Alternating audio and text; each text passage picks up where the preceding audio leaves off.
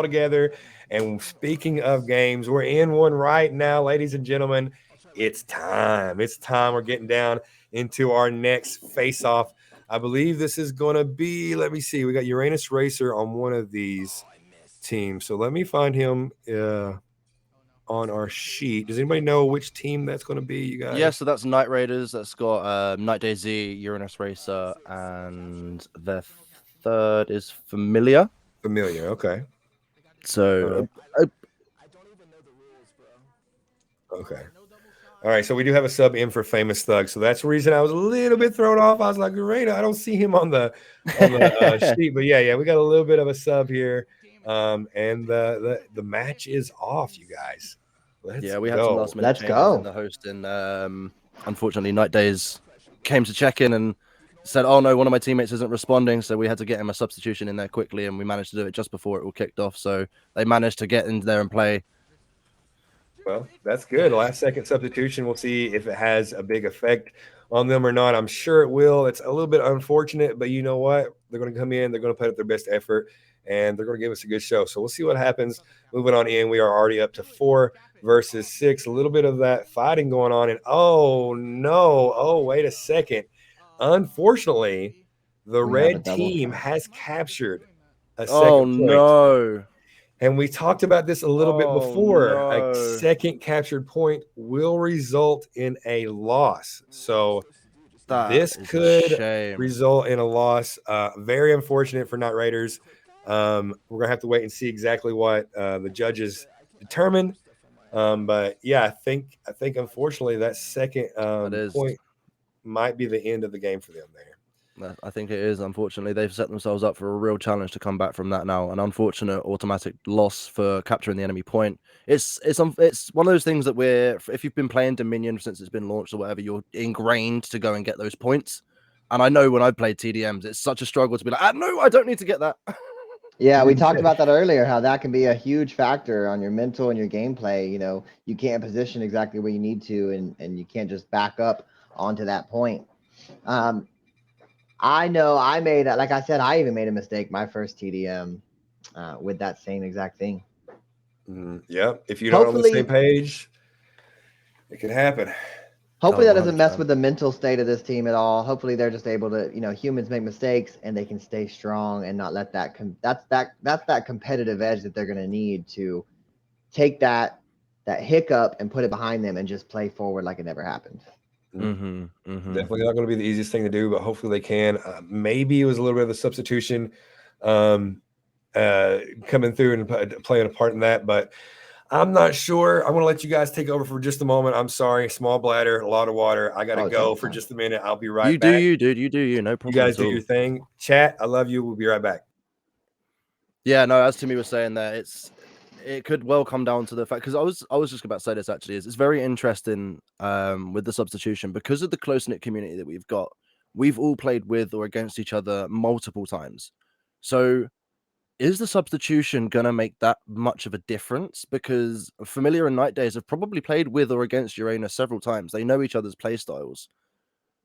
Is that going to affect the team play? Is that going to affect the comms? I don't think it will. I don't think it's going to be a huge factor. You've got some strong leadership in the team already. I just hope that hiccup doesn't mess with their mental, that everybody's still maintaining positive vibes and the shooting for the dub. That's all you can do. After a mistake like that, all you can do is just take a step back, breathe, reevaluate what you did, stress the fact that you cannot do it again, and just go in there and give it your all. And if their mental is shaken, it could be a really tough match in the next one. Well, we've seen some good matches already. The first match came down to the wire. I mean, the second match as well, same thing. I think it was like a 1-point difference in the kill leaders that decided the match. And so that's a beautiful thing, is we have plenty of talent and competition here. Yeah, at this caliber of Timmy went to the restroom for 1 minute. One mistake can literally cost you the game. But it also doesn't mean it's the end. Like, this team is more than capable of coming back. We've all seen them play. We've all played against them. We know that they can come back from this. It's just whether, as you say, whether their mental has been completely shaken by it. Well, I think we're about to get back to the action, and they might have been able to reload and reset. And so, did you say the third member that we have on this team? So we got Night Daisy, we got Uranus Racer, and Familiar is our third. That's the one. All right, Familiar. I'm really excited to see. It's going to be a Tempest enthusiast. It's going to be that Avatar player we were talking about earlier. He may be rocking multiple gauntlets. And as I've said, I've been excited to see Tempest do their thing throughout this tournament, anyways. So okay, well, so the good thing Oh is wow. we just Oh, had interesting. a bit of information.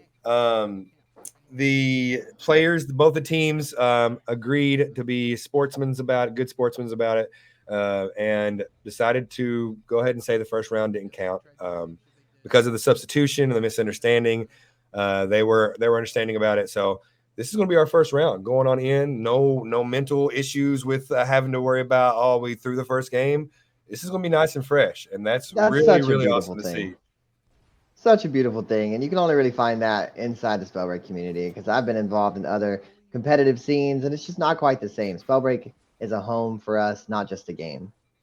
100%. We all care about each other's enjoyment of the game just as much as we care about winning, and you see that through and through the community. It's heartwarming.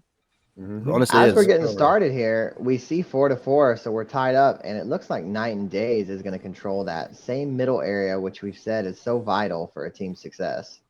Oh, 100%. The amount of Valguard farming that you can get in there in the short space of time that you have to reset, and the fact that you've got so much ground difference, you can really use the map to the favorability of your gauntlets. And I think LD called it early on. Halcyon definitely going to be one of those picks that we see over and over and over. People really enjoying Halcyon and Banehelm. And I'm pretty excited. Well, I wanted to say also that we definitely see kind of a war over the center area. This is definitely where we saw Gigabyte trying to stay early on in the previous rounds. And we see a lot of the same thing happening here as they're kind of trying to take over that center area and get rid of these little outliers a little bit. We see Night Daisy doing his thing. And also super excited to see a Pyromancer. I believe this is our first Pyro perspective of the night. And it's going to be rocking the PlayStation, coming through and representing the Sony community with that peripheral on the controller. And it's going to be really exciting to see Night Daisy with that Pyromancer, and if he can make it happen in the middle of this Halcyon arena. I love the talent choices. Just strong, a little extra health there. Is that health or armor for the middle one? A little extra health. That's a little bit extra armor. Is it in the middle? Yep, that's tough. That's All tough right, in the middle so there. that Gives you a starts little you bit out. extra armor. Fantastic. And that Vampiric is such a strong thing. Such a strong talent to have in your pocket. Oh yeah, especially if you're 100%. if you're rocking the gauntlets that he's rocking, he's going to be the big damage fire and tox. So you're really going to get the most out of that Vampiric every time that you deal damage.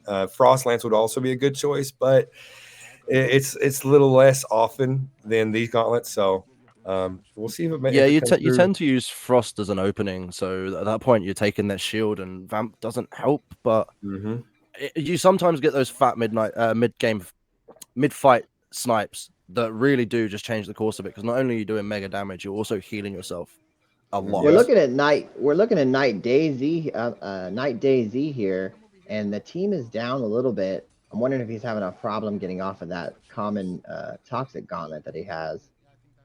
Definitely looks like they would have preferred to loot a little bit more before the fighting started, but the center area is so highly contested that it just feels like it's almost unavoidable. And also the way that the lanes kind of go around the center area, and the center area is kind of elevated, it just makes for all the other areas really easy to see. So if you're in that center area, you're going to be able to pop off and deal with anybody that's trying to get some loot, trying to farm any of these bots. And definitely we're seeing the effect of the substitution just a little bit come through. 23-32. Let's see if they can get that team chemistry on page, then get their vibes back up. But still, honestly, at this point, a last second substitution, and these players are still able to pretty much keep up with their opponents. This is really exciting to see coming through. And Not Daisy doing his best with this Pyromancer class to try to come through and close the gap on this Lightning Gauntlet user. Hasn't been able to do it yet so far, but has been able to dodge most of the incoming damage. But he's getting down to that one shot range where he might just go out here if he's not careful. Oh yeah, and this is what we were saying earlier on about Vamp doing its job. Like this is what it's for. Being able to take an incredible amount of damage and still stay in a fight. It's honestly why it's one of the meta talents at the moment. I It's also agree. worth noting as well that Night Raiders didn't get a first game. Oh Their yeah. teammates didn't show up, so this is their warm up effectively. They had a scrim in between times, but this is their warm up. So they're holding their own for a substitution and the lack of a first game. They are doing so well, I think. Dude, that gets me excited for the next game for sure. I did not realize that, but yeah, warm up game. They're definitely holding their own, and Power Mans are definitely the class to watch if you're looking to get warm. But unfortunately, the Spring Step coming through a little bit late there. He tries to use it to get away, but the pressure is on, and that player is right at his front door. It says, "Knock, knock, knock! I'm coming in," and he's sent back up into the shop. As Not Daisy does come back down to try to help his teammates out, but right now 33-46, and they definitely have a huge hill to climb if they want to get back up and just even it out and give themselves a potential comeback. But definitely excited to see that round coming up next. Oh yeah, 100%. The next round is going to be intense, especially now that I think it's even more to play for now because they have a clean slate. They're not. This isn't the end of it. If they lost this game, then before they both agreed that they were going to reset scores, this could have been it for them. But now the hope has been renewed, so they can go even harder in the next one. And they can learn a lot too. This round is not only a warm-up round, it's a scouting mission. See what they're playing, see how they're playing, see where their strengths are, figure out how to counter. And that's one of the coolest things about an organized tournament like this where you have multiple sets, because counterplay is a huge part. Yeah, you can practice with your team for weeks. You can develop the perfect strategy and the perfect composition, but if another team comes out of the gate with something that counters your plan, you have to be able to spin with that. You have to be able to go with that and come back with a strategy that works. And that might be coming into this next play. But they're definitely going to have to use some big brain thinking here if they're going to be able to turn that around, because right now the lead is pretty steep, and I'm not sure if I can see a way out. But it's going to be anxious to see what they come up with for sure. I'm noticing here on the battlefield between Crack Knights and Night Raider Z, we do have some synergy. We have a lot more separation that we're seeing on Night Raiders, almost like taking on 1v1 situations. And every time I see a whole group of people attacking our spectator, our player. Yep. Definitely, that's what we were talking about a little bit earlier. Is the teamwork is so incredibly important. If you want, you need to keep in mind that you have basically a front line, a back line, and you need to figure out where you need to be within those lines, what your role on your team is, and you need to be able to secure that role and do the duties and the responsibilities of that role here. And if you can't do that, you're just going to get outplayed by players that are moving or teams that are moving as a unit. And that's really important. Like we talked about it a few times already, and I'm going to keep bringing it up because I think there's a lot of really talented Spellbreak players out there. But that is different from a competitive Spellbreak player. There's a whole other set of skills, a whole other set of thinking that you need to come with. And it really is just like the game on a whole completely different level. And it's really exciting to see them come through. But it is not an easy thing to figure out if you're not familiar, if you're not experienced. You really have to figure out exactly how you're going to counter some of these big brain plays for sure. Oh, for sure, man. Literally, as you say, the team play within a TDM game mode is the pinnacle. It's literally the most important part of the gameplay. If your team comms aren't on point, if your team synergy isn't on point, you've got an even tougher challenge than you would have if it was. And I think that's what we're probably going to see this last minute substitution really play a role in it, because if they've not had the time to work on their little subtle movements or just knowing when someone's going to do something, it is a game changing. 100%. And I like to see it. I really do like to see it. You don't get to see the team compositions and the roles of the classes come into much of a play in Spellbreak as often. without an event like this. So it's really fun to be part of and show everybody.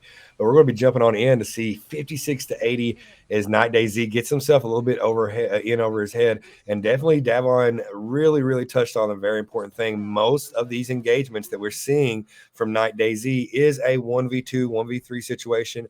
Even when he has help from his teammates, it looks like they're just a little bit too late to the party or just a little bit out of reach to really be able to help him out. And what happens is you start to get in this situation where one player goes in, they die, the teammate gets there a little bit late, then they die, then another teammate gets there a little bit late, then they die, and the other teammate just respawns, so they drop down so they can try to help, but then they die. And it's a series of teammates trying to help each other out, showing up a little bit late and getting themselves into 1v2, 1v3 situations, and it just can't happen. You need to know when to reset. You need somebody on comm saying, hey, drop away from this team. Let's all get together in a group. Let's figure this out. And I don't see that happening here. 100%. And I don't think we can literally stress enough about how important the team play is. And you can see it here again. Dar and Shogun are literally just jumping on one person that's been left on their own, no support. And if you time it right, you can kind of keep their team in that perpetual staggered response, because if you've got one person down and the next person comes in, they're going to be doing the exact same thing. By the time your cavalry has arrived, you're already dead. Mm-hmm. Exactly. Yeah, it's infectious as well. I've been caught up in that. Can't stop yourself from W keying towards the fight. Yeah. And I think one of the issues is, especially as a teammate, you have the best of intentions. You're showing up to try to help them out, right? It's never, I'm the best, I'm going to go in and kill everybody. Well, maybe for some people it is, but I don't think it's usually an arrogant type thing. It's a thing of wanting to be there for your team. But that's when the importance, and I think this is really important, and we need to talk about it a little bit, because I think we have some of these in the tournament, but the importance of having a strong voice, a strong leader in your comms is outrageous. You need to have somebody that can see what's going on, analyze the situation, and get everybody on the same page. Now, of course, you can have fast comms and call things out as much as you want, but you do need to have a unifying voice to kind of like put that force, that energy into the same spot. And we got some players on the teams that are doing this. Kyrie Caitlin is an expert at that. I've seen Kyrie Caitlin, one of our Metafy coaches, come through and take teams that were completely unfocused, full of great players, but completely unfocused, and just laser focus in on the objective, and it wins games for sure. Absolutely. And you never know what you're up against. So this time we're seeing an exorbitant amount of toxic and fire on the field, and it creates areas which were safe 1 second and not safe the next second. So it's so much action going down right now as Night Raiders fight against Crack Knights 78-113. And I'm seeing our perspective get shots. This man is hitting fireballs, but it seems to be a numbers game. That's it. There's only so much that one man can do, and taking those 1v2s in a TDM situation isn't always the best idea. Sometimes it's worth just stepping back, waiting for the rest of your team, and charging in as a unit. And I think it's going to be tough. Well, almost impossible for them to come back at this point. I think that window is closed. Oh yeah, 100%. And circling back to what you were saying earlier, Dav, the amount of tox and fire really is just creating these blanket zones, but it also comes with the possible consequence of killing your teammate off. If you exile your teammate, you are honestly in trouble there, because DF does not discriminate. DF will just take anyone and everyone that is there. Well, that game has come to a close. Did y'all see that scoreboard? Oh my Lord, have mercy. That was something else. Showing up, baby. 15 exiles. 15. 100%. And you can, I think that just shows the preparation and the last minute substitution there just really having an impact on their gameplay, possibly also still shaken from the almost instant loss for the first game as well. That's probably was still playing on their mind. Yeah, with everything going on this year, the release of so many new games and the passing of time, you've had some players like Shogun continuously working on his craft, and we're seeing that come to his advantage today. I love it. Shogun, we talked about that team. That's my favorite pick. I just everybody remember I picked that team. Just remember, but yeah, Five Elders. Like I talked about earlier, he's an incredible player, incredible content creator, incredible energy just as a person. Period. But he's playing that class that I really love that I talked about. It's Frostborn. He's playing Frostborn, and that is one of the honestly least picked classes. But he's playing it. He's performing well. He comes out with the most exiles. He basically led his team to victory. And that is so cool to see because, like we said, you can carve out your own path. You can play the game you want to, and you can still succeed in it. And honestly, I think that with Dav and Sloth talking about a little bit with the DF, the fire, and the toxic, it really came to my mind. I started thinking about, I wonder how much team synergy we're going to see in terms of elemental synergies, because you can really like have your Frostborn shoot your cloud for you if you need, or if you have a Frostborn on your team, that Alacrity trail, literally he can shoot 3 trails in 3 different directions. All players have a speed boost now.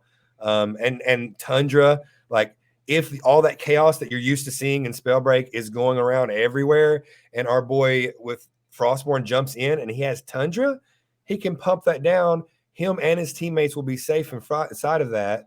That's like a safe sanctuary inside of the storm, like inside of Chaos DF. So, like, not only is he playing a class that is underchosen or underutilized, he's showing how powerful it really is, and it's countering some of these things that these other players are leaning on that might be difficult to deal with for other classes. Super exciting. Oh yeah, 100%. And we've seen this chapter that toxicologists have become one of the most popular classes by far. And as another Frostborn myself, and I know Shogun does the same thing, when you see that Tox Cloud coming in, and especially at the beginning of one of these custom TDM matches, you know that there's a certain play style that people are going to choose right off the bat. Everybody does it. If you've got a sniper, you're going to shoot across the map. If you've got Tox, you're going to lead those clouds as far as you can, right? Mm-hmm. But if that cloud then comes to your zone where your team still is, you can freeze it, get rid of it, not get frozen for the fun of it because the immunity is there, and take it away for your team.